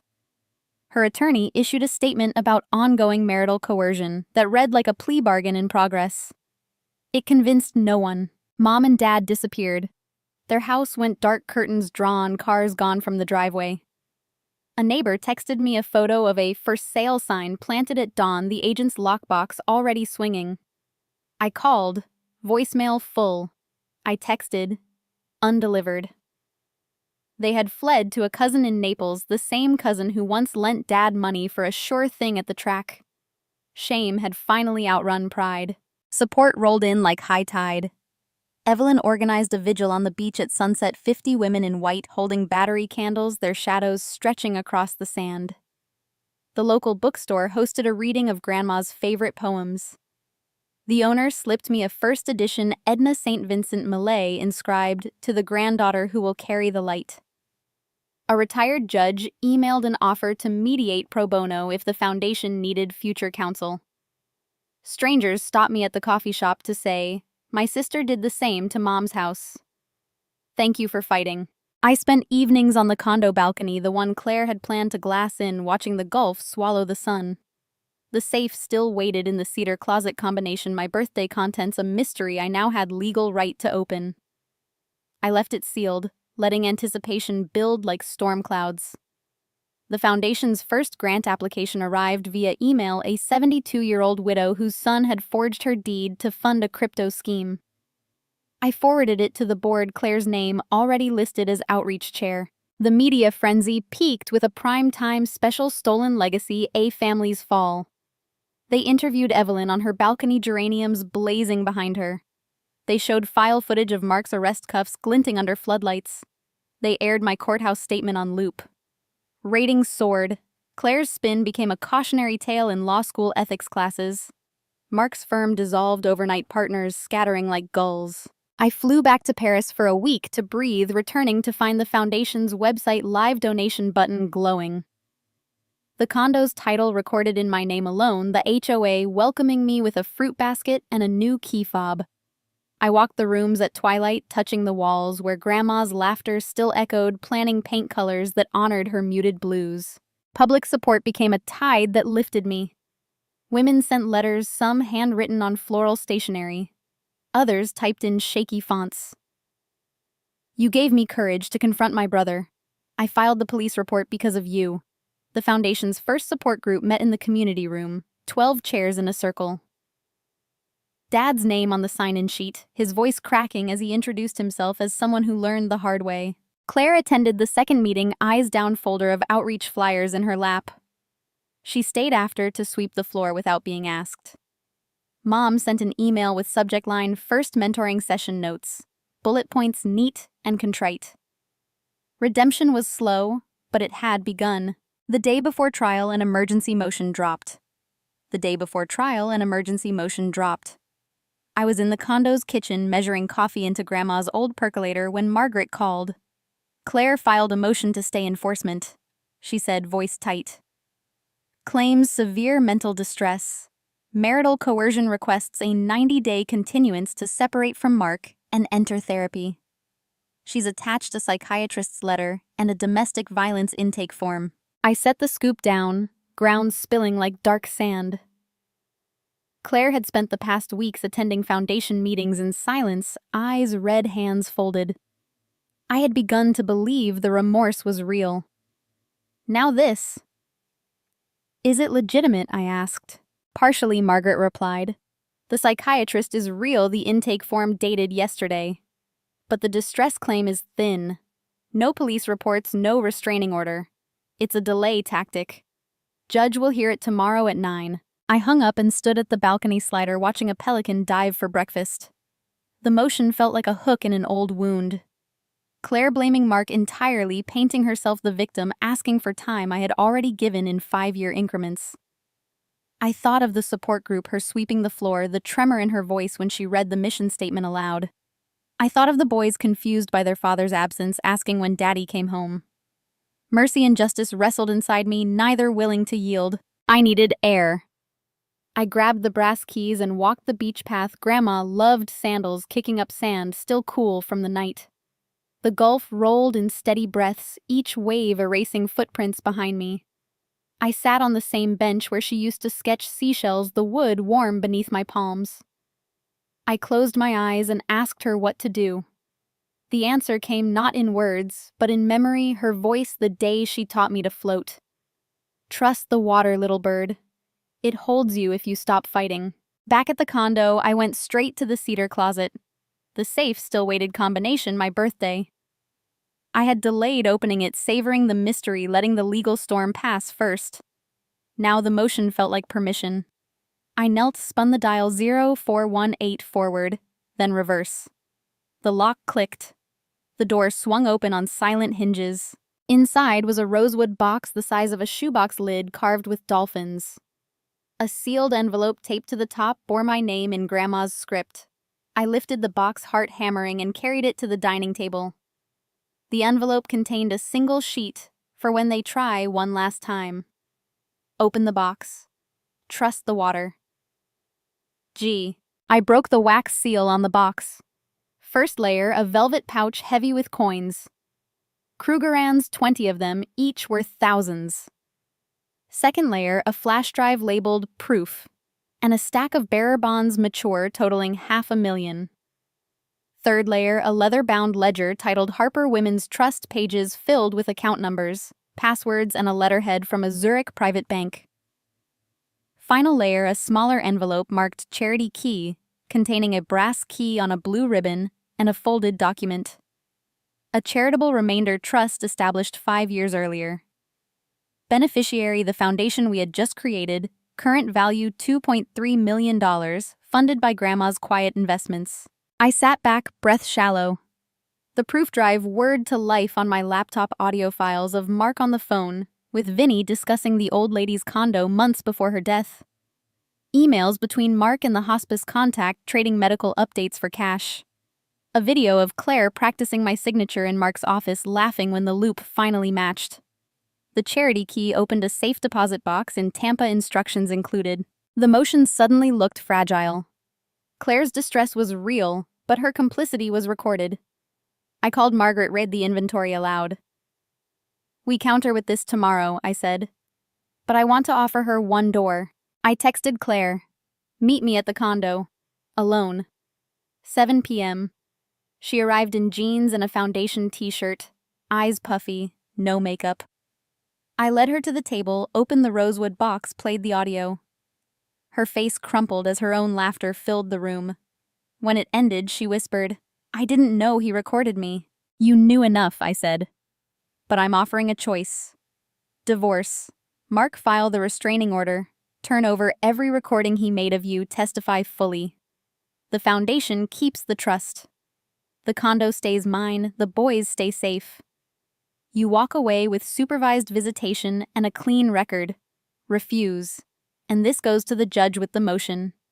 Your distress becomes evidence." She stared at the dolphins on the lid, tears falling onto the wood. "He'll fight for custody. He'll lose," I said. "The video shows you practicing forgery. Judges don't reward that. Leave tonight. I'll have Margaret draft the papers." She nodded, slow, the weight of years lifting and settling elsewhere. "I'll do it," she said. "For the boys. For Grandma." I handed her the blue ribbon key. "This opens the future. Use it." She left at dusk, shoulders squared for the first time in weeks. I locked the door behind her, then sat on the balcony as stars pricked the sky. The water held me steady and deep. Morning came swift. I dressed in the navy suit Grandma bought for my first museum job, the brass keys on their ribbons around my neck. Margaret met me at the courthouse with the rosewood box in a locked briefcase. Claire arrived with a new attorney, eyes clear, divorce petition already filed. Mark was served in jail, his own emergency motion denied. We entered the courtroom. The judge took the bench. Claire's attorney withdrew the distress motion. Margaret laid the new evidence on the record, the audio, the trust, the Charity Key. The judge's eyebrows rose with each page. Mark's counsel stammered objections overruled. Claire took the stand, voice steady, and repeated her offer to testify. The prosecutor nodded, case strengthened. I stepped into court and every face went pale.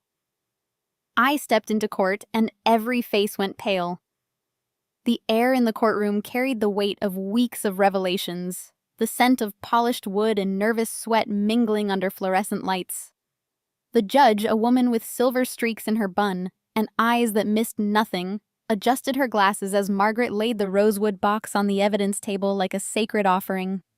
Claire sat at the defendant's table, her new attorney beside her, divorce papers already stamped. Mom and Dad occupied the back row, hands clasped, faces etched with the kind of shame that carves permanent lines. Mark's absence loomed. He watched via video from the county jail, his image pixelated on a side screen, jaw tight. Margaret opened the proceedings with surgical precision. Your Honor, we move to enforce the rescission agreement and present additional evidence discovered pursuant to the trust amendment. She detailed the audio files, the bearer bonds, the Zurich trust statements, each item tagged and authenticated. The prosecutor nodded along, adding the state's intent to pursue racketeering charges against Mark and his associates. Claire's attorney, Rose, voice steady. My client withdraws all objections, affirms the rescission, and offers full cooperation in exchange for immunity on related counts. The judge reviewed the documents, her pen tapping a slow rhythm. She addressed my parents first. Mr. and Mrs. Harper, stand. They rose, trembling. You will read your prepared statements. Dad unfolded a single-sheet, voice cracking from the start. I allowed fear and addiction to blind me to my daughter's rights. I participated in coercion and deceit. I am profoundly sorry and commit to restitution through service. Mom followed, tears falling onto the paper. I chose silence over courage. I failed my mother and my daughter. I apologize and pledge my time to prevent such harm to others. Claire stood last, her statement longer, eyes fixed on me. I envied what I couldn't earn and justified theft with lies. I hurt the sister who deserved my protection. I am sorry beyond words and will spend years proving it.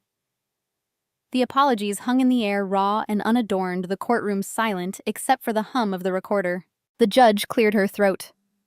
The court finds the sale of 1420 Gulfview Lane Unit 12B void ab initio, due to fraud, forgery, and violation of the restrictive covenant in the Revocable Living Trust. Title is restored to Emily Harper, effective immediately. The defendants are ordered to pay $268,000 in compensatory damages, $100,000 in attorney fees, and $50,000 to the Harper Legacy Foundation drawn from frozen accounts. Mark Mason is sanctioned $200,000 for notary misconduct and referred to the bar for disbarment.